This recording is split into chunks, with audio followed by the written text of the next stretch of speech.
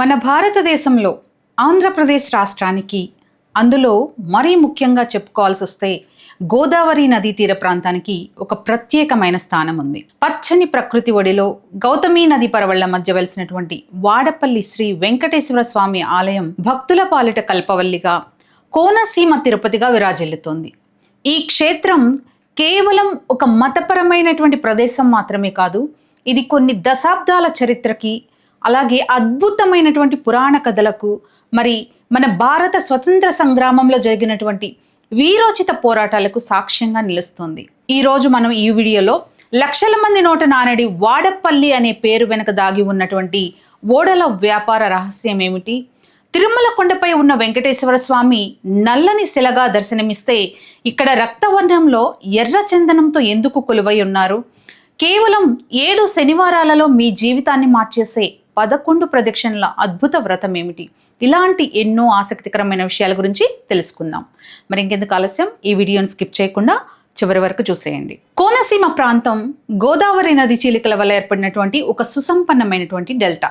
రాజమండ్రి వద్ద గోదావరి నది వశిష్ట, గౌతమి అనే 2 పాయలుగా విడిపోయి బే ఆఫ్ బెంగాల్లో కలుస్తుంది. ఈ 2 పాయల మధ్య ఉన్నటువంటి భూభాగమే కోనసీమ ప్రాంతం. ఈ ప్రాంతం కేవలం వ్యవసాయానికే అనువు కాకుండా వేద విద్యలకు, అలాగే పురాతన ఆలయాలకు కూడా నిలయంగా ఉంది. ఆంధ్రప్రదేశ్ రాష్ట్రం తూర్పుగోదావరి జిల్లాలోని ఆత్రేయపురం నుంచి సుమారు 6 కిలోమీటర్ల దూరంలో ఈ వాడపల్లి అనే గ్రామం ఉంది. ఈ ఆలయాన్ని కోనసీమ తిరుపతి అని కూడా పిలుస్తారు. పచ్చని కోనసీమలో గోదావరి నది ఒడ్డున గౌతమి పాయనందు వాడపల్లి గ్రామంలో సాక్షాత్తు శ్రీ మహావిష్ణువే వెంకటేశ్వర స్వామి వారి అవతారంలో ఇక్కడ స్వయంభుగా వెలిసినట్లు స్థల పురాణం ద్వారా మనకు తెలుస్తోంది.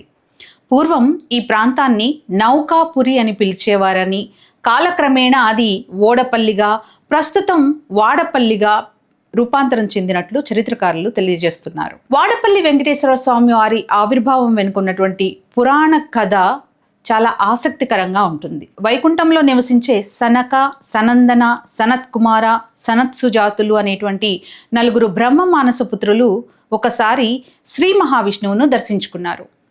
కలియుగంలో ధర్మం క్షీణించి మానవులు అశాంతితో, కష్టాలతో తల్లడిల్లిపోతారని ఆవేదనను వ్యక్తం చేశారు. మానవులను రక్షించడానికి భూలోకంలో ప్రత్యక్ష దైవంగా వెలవాలని వారు స్వామివారిని ప్రార్థించారట.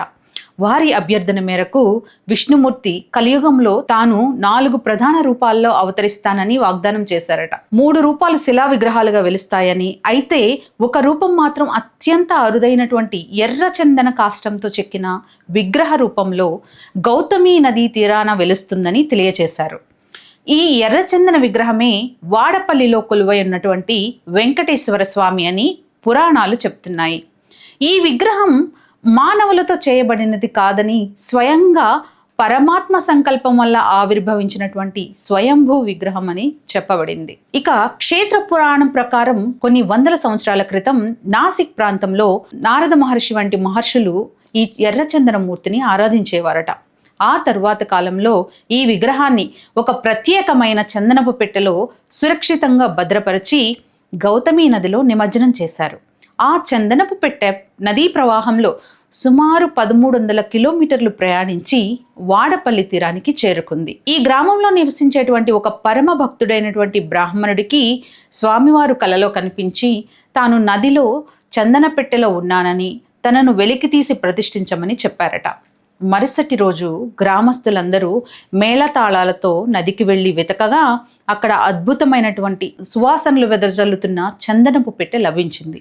ఆ పెట్టెను తెరిచి చూడగా అందులో శంఖచక్ర గదాధారి అయినటువంటి శ్రీ వెంకటేశ్వర స్వామి వారి దివ్య మంగళ విగ్రహం ఎర్రచందనం రంగులో మెరిసిపోతూ కనిపించిందట. ఈ విగ్రహాన్ని నారద మహర్షి సూచనల మేరకు శాస్త్రోక్తంగా ప్రతిష్ఠించారని, అందుకే ఈ క్షేత్రానికి అంతటి మహత్యం చేకూరిందని భక్తుల నమ్మకం. ఇక వాడపల్లి ఆలయంలోని మూల విరాట్ విగ్రహం ప్రపంచంలోని ఇతర వెంకటేశ్వర స్వామి ఆలయాల కంటే భిన్నమైనది. దీని ప్రత్యేకతలు ఏమిటంటే, సాధారణంగా ఎక్కడ ఏ వైష్ణవ ఆలయాల్లో చూసినా విగ్రహాలు కృష్ణశిలతో చేయబడతాయి. కానీ ఇక్కడ స్వామివారు స్వచ్ఛమైనటువంటి ఎర్ర చందనంతో ఆవిర్భవించారు. ఈ ఎర్రచందనం అత్యంత పవిత్రమైనదిగాను ధనానికి కారకమైనదిగాను పరిగణించబడుతుంది. ఈ విగ్రహం చందనంతో చేయబడడం వల్ల ఆలయం యొక్క గర్భాలయంలో ఎప్పుడూ ఒక రకమైన చందనపు సువాసన వెదజల్లుతూ ఉంటుంది. ఈ సువాసన భక్తులలో ఏకాగ్రతను, ఆధ్యాత్మిక శక్తిని పెంపొందిస్తుంది. స్వామివారు ఇక్కడ శ్రీదేవి భూదేవి సమేతంగా శ్రీ కళ్యాణ వెంకటేశ్వర స్వామిగా కొలువై ఉన్నారు. స్వామివారి చేతిలో శంఖం, చక్రం సహజ సిద్ధంగానే ఉన్నాయని భక్తులు భావిస్తారు. విగ్రహం యొక్క కాంతి భక్తులను మంత్రముగ్ధులను చేస్తుంది. ఇక ఈ విగ్రహం భూమి నుంచి పుట్టింది కాకుండా నది ద్వారా లభించడం వలన దీనిని జలజ స్వయంభూ మూర్తిగా కూడా పిలుస్తారు. ఈ ఆలయ నిర్మాణ విషయానికి వస్తే ప్రస్తుతం మనం చూస్తున్నటువంటి ఈ ఆలయం నిర్మాణం వెనుక ఒక చరిత్ర ఉంది. 1759 సంవత్సరానికి ముందు స్వామివారు నదీ తీరాన ఒక చిన్న పాకలో ఉండేవారట. ఆ సమయంలో పెనుబోతుల గజేంద్రుడు అనేటువంటి క్షత్రియ వ్యాపారి ఈ ప్రాంతంలో నివసించేవారు. ఆయనకు అనేక సరుకులను రవాణా చేసే ఓడలు ఉండేవట. ఒకసారి సముద్రంలో సంభవించినటువంటి భారీ తుఫాను వల్ల గజేంద్రుడి ఓడలన్నీ గల్లంతయ్యాయి. వ్యాపారంలో భారీ నష్టం వాటిల్లడంతో ఆయన తీవ్ర మనస్తాపానికి గురయ్యారు. ఆ సమయంలో ఆయన వాడపల్లి వెంకన్నను శరణు వేడుకొని తన ఓడలు సురక్షితంగా తిరిగి వస్తే స్వామికి ఒక ఆలయాన్ని నిర్మిస్తానని, భూములను దానమిస్తానని మొక్కుకున్నారట. కొద్ది రోజులలోనే ఆయన ఓడలు ఎలాంటి నష్టం లేకుండా సరుకులతో సహా వచ్చి రేవుకు చేరుకున్నాయి. తన కోరిక నెరవేరడంతో గజేంద్రుడు 1759 సంవత్సరంలో మనం చూస్తున్నటువంటి ఈ ఆలయాన్ని నిర్మించారు. పెనుబోతుల గజేంద్రుడు స్వామివారికి 275 ఎకరాల భూమితో పాటు అనేక విలువైన బంగారు ఆభరణాలను కూడా దానంగా ఇచ్చారట. అలాగే పెద్దాపురం సంస్థానాధీశుడు వత్సవాయి తిమ్మ గజపతి మహారాజు కూడా ఈ ఆలయ అభివృద్ధికి ఎంతో సహాయాన్ని అందించారు. ఇంతటి ప్రసిద్ధ ఆలయానికి స్వాతంత్ర ఉద్యమానికి విడదీయలేని సంబంధం ఉందంటే నమ్ముతారా? దీనికి ప్రత్యక్ష సాక్ష్యం ఆలయం ముందున్నటువంటి అమరవీరుల స్మారక స్తూపం. స్వాతంత్ర పోరాటంలో వాడపల్లి వెంకటేశ్వర స్వామి ఆలయం యొక్క పాత్ర ఏమిటి? వాడపల్లి క్షేత్రం కేవలం భక్తికి మాత్రమే కాదు, దేశభక్తికి కూడా ప్రతీక. అది భారతదేశానికి స్వాతంత్రం కోసం వాడవాడలా పోరాటాలు మినంటినటువంటి సమయం. కోనసీమ ప్రాంతంలోనూ స్వాతంత్ర ఉద్యమ పోరాటాలు ఉధృతంగా సాగుతున్న పరిస్థితుల్లో కులమతాలకు అతీతంగా అంతా ఏకమై దేశభక్తిని అణువణువునా నింపుకుని జీవిస్తున్న తరుణంలో వాడపల్లిలో ఒక సంఘటన చోటు చేసుకుంది. ఆ రోజు 1931 మార్చ్ 30 చైత్రశుద్ధ ఏకాదశి పర్వదినం. వాడపల్లి శ్రీ వెంకటేశ్వర స్వామిని రథంపై ఊరేగిస్తున్న సమయంలో భక్తులు స్వామివారి రథాన్ని జాతీయ జెండాతో, అలాగే మహాత్మా గాంధీ, వల్లభాయ్ పటేల్ వంటి జాతీయ నాయకుల చిత్రపటాలతో అలంకరించారట. రథం గ్రామంలో ఊరేగుతున్న సమయంలో అప్పటి రాజమండ్రి డిప్యూటీ సూపరింటెండెంట్ పోలీస్గా పనిచేస్తున్నటువంటి ముస్తఫా అలీఖాన్ రథంపై ఎగురుతున్న జెండాను, అలాగే గాంధీ చిత్రపటాన్ని తీసివేయాలని హెచ్చరించారట. అయితే ఆ మాట లెక్క చేయని ప్రజలు అంతే ఉత్సాహంతో రథాన్ని ముందుకు తీసుకువెళ్తూ మా దేశ నాయకుల ఫోటోలు లేకుండా రథాన్ని లాగే ప్రసక్తే లేదని తగేసి చెప్పేశారట. దీనితో ఆగ్రహించినటువంటి పోలీసులు ప్రజలపై లాఠీచార్జ్ చేశారు. ప్రతిగా భక్తులు కూడా తిరిగి పోలీసులపై రాళ్లు, బురద విసిరారు. పరిస్థితి అదుపు తప్పడంతో పోలీసులు అకస్మాత్తుగా కాల్పులు జరిపారు. ఈ దాడిలో కొంతమంది నేల కొరిగి ప్రాణాలు విడిచారు, మరికొంతమంది క్షతగాత్రులయ్యారు. వాడపల్లి రథోత్సవంలో జరిగినటువంటి ఈ సంఘటనలో వాడపల్లి పరిసర ప్రాంతాలకు చెందినటువంటి పలువురు అమరులయ్యారు, పలువురు అవయవాలు కోల్పోయారు, మరికొందరు బ్రిటిష్ పాలకులు పెట్టినటువంటి కేసుల్లో జైలు పాలయ్యారు. ఈ పోరాటంలో త్యాగజీవుల యొక్క జ్ఞాపకార్థంగా నిర్మించినటువంటి స్మారక చిహ్నమే వాడపల్లి వెంకటేశ్వర స్వామి ఆలయం ముందు ఉన్నటువంటి స్తూపం. ఈ సంఘటన వాడపల్లి ఆలయాన్ని స్వాతంత్ర సమర చరిత్రలో నిలబెట్టింది. నేటికి ప్రతి సంవత్సరం ఆగస్టు 15న ఈ ఆలయంలో జాతీయ జెండాను ఎగరవేసి అమరవీరులకు నివాళులు అర్పించడం ఒక ఆచారంగా మారింది. ఇక 7 శనివారాల వ్రత విధానం గురించి, వ్రతం చేసే సమయంలో భక్తులు పాటించాల్సినటువంటి నియమాల గురించి, ఈ వ్రతం చేయడం వల్ల కలిగే ఫలితాలు ఏమిటో ఇప్పుడు తెలుసుకుందాం. వాడపల్లి స్వామివారిని భక్తులందరూ ప్రేమగా 7 శనివారాల వెంకన్న అని పిలుచుకుంటూ ఉంటారు. ఇక్కడ నిర్వహించేటువంటి 7 శనివారాల వ్రతం భక్తుల కోరికలను తీర్చడంలో అత్యంత శక్తివంతమైనదిగా ప్రతీతి. ఈ వ్రతం వెనుక ఉన్నటువంటి నియమాలు, అలాగే పద్ధతులను పరిశీలిస్తే భక్తుల యొక్క అచంచల విశ్వాసం అర్థమవుతుంది. ఈ వ్రతాన్ని చేయదలుచుకున్న భక్తులు వరుసగా 7 శనివారాల పాటు స్వామివారిని దర్శించుకోవాలి. ప్రతి శనివారం ఆలయం చుట్టూ 11 ప్రదక్షిణలు చేయాలి. ప్రదక్షిణలు చేస్తున్నప్పుడు మనసులో కోరికను తలుచుకుంటూ గోవింద నామస్మరణ చేయాలి. ప్రదక్షిణలు చేసే సమయంలో భక్తులు తమ వెంట 7 నాణాలు కానీ లేదా 7 పువ్వులను కానీ తీసుకుని వెళ్తారు. ప్రతి ప్రదక్షిణ పూర్తయిన తర్వాత ఒక నాణాన్ని లేదా పువ్వుని హుండీలో వేస్తారు. ఇలా 7 వారాల పాటు మొత్తం 77 ప్రదక్షిణలు పూర్తి చేయాలి.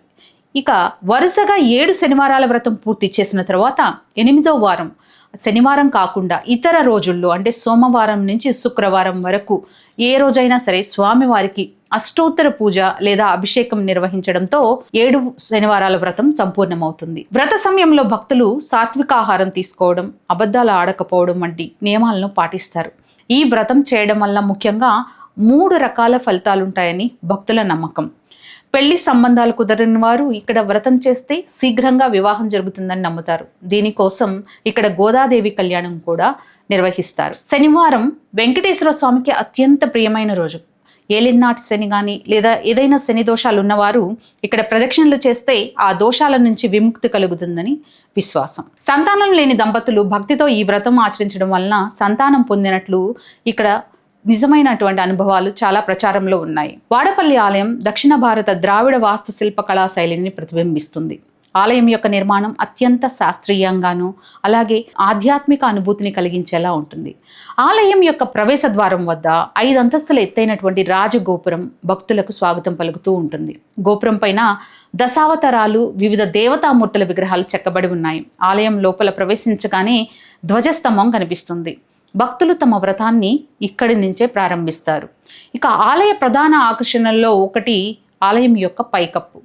ప్రదక్షిణలు చేసే దారిలో పైకప్పు అంతా తెలుగు అక్షరాలలో శ్రీ వెంకటేశ్వర గోవింద నామాల నిండి ఉంటుంది. భక్తులు ప్రదక్షిణలు చేస్తున్నప్పుడు వేరే ఏ ఇతర ఆలోచనలు రాకుండా పైకప్పు వైపు చూస్తూ ఈ నామాలను చదువుకుంటూ స్వామివారిని స్మరించుకోవడానికి వీలుగా ఇది నిర్మించబడింది. ఆలయం లోపల ఉన్నటువంటి మండపం 7 వరుసల స్తంభాలతో నిర్మితమై ఉంటుంది. సప్తగిరి, సప్తవారాలు వంటి ఆధ్యాత్మిక అర్థాలను సూచించేలాగా ఈ 7 సంఖ్య యొక్క ప్రాధాన్యత ఇక్కడ కనిపిస్తుంది. గర్భాలయంలో శ్రీ వెంకటేశ్వర స్వామివారు అత్యంత ప్రకాశవంతంగా దర్శనమిస్తారు.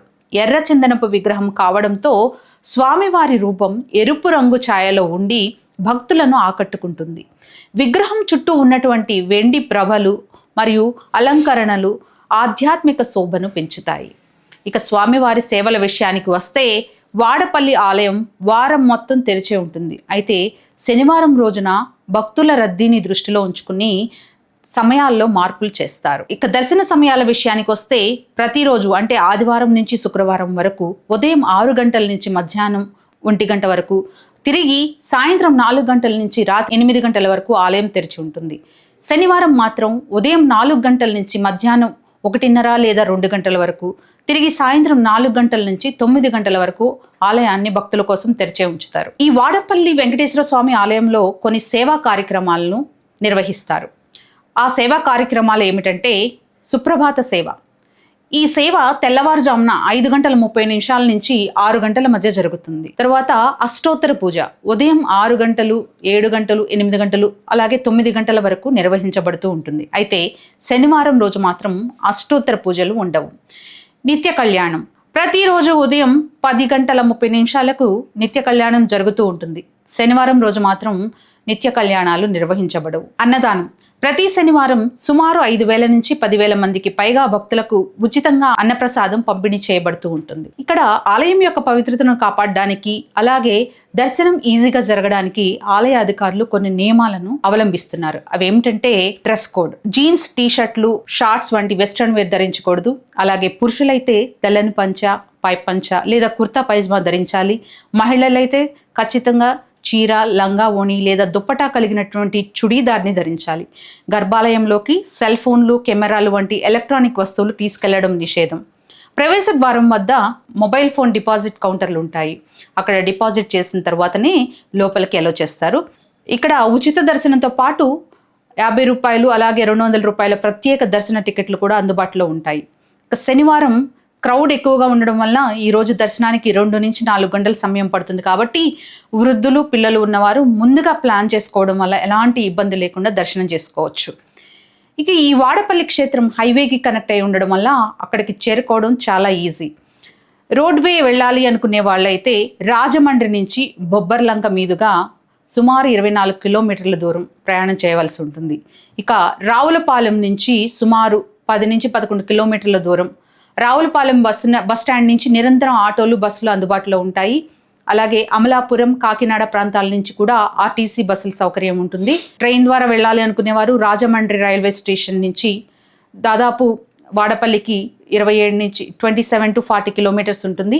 అలాగే తణుకు రైల్వే స్టేషన్ నుంచి సుమారు 38 కిలోమీటర్స్, అలాగే నిడదవోలు జంక్షన్ నుంచి సుమారు 30 కిలోమీటర్స్ ప్రయాణం చేయాల్సి ఉంటుంది.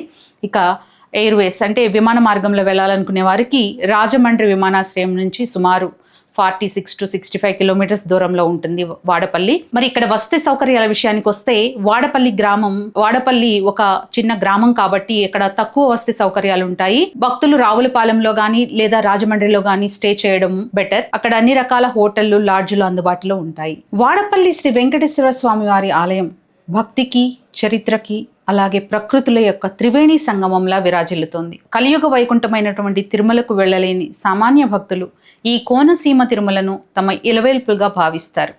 ఎర్రచందనం విగ్రహం యొక్క అద్భుతమైన దివ్య రూపం, అలాగే 7 శనివారాల వ్రతంపై ఉన్నటువంటి అచంచల విశ్వాసం, ప్రస్తుతం ఆలయ పరిసరాల్లో అన్నదాన భవనాల నిర్మాణం, భక్తుల కోసం క్యూ లైన్ల మెరుగుదల వంటి అభివృద్ధి పనులు వేగంగా జరుగుతున్నాయి.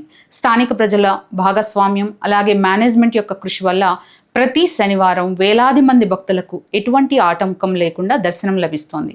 మరి రాబోయే రోజుల్లో వాడపల్లి కేవలం ఒక ఆధ్యాత్మిక కేంద్రంగానే కాకుండా కోనసీమ పర్యాటక రంగంలో ఒక ప్రధాన ఆకర్షణగా ఎదగనున్నది. ఈ క్షేత్రాన్ని దర్శించే ప్రతి భక్తుడు తనతో పాటు ఒక ఆధ్యాత్మిక శాంతిని, కోరిక నెరవేరుతుంది అనేటువంటి నమ్మకాన్ని మరియు దేశభక్తి ప్రేరణను తీసుకువెళ్తారనడంలో ఎలాంటి సందేహం లేదు. మరి ఈ వీడియో కనుక మీకు నచ్చినట్లయితే లైక్ చేయండి, షేర్ చేయండి. ఇలాంటి ఇంట్రెస్టింగ్ వీడియోస్ చూడాలనుకుంటే మాత్రం మా ఛానల్ని సబ్స్క్రైబ్ చేసుకోండి. మరి మరొక ఇంట్రెస్టింగ్ టాపిక్తో మళ్ళీ మీ ముందుకు వస్తాను. అప్పటి వరకు చూస్తూనే ఉండండి ట్యాగ్ తెలుగు డివైన్. నేను మీ సుజాత.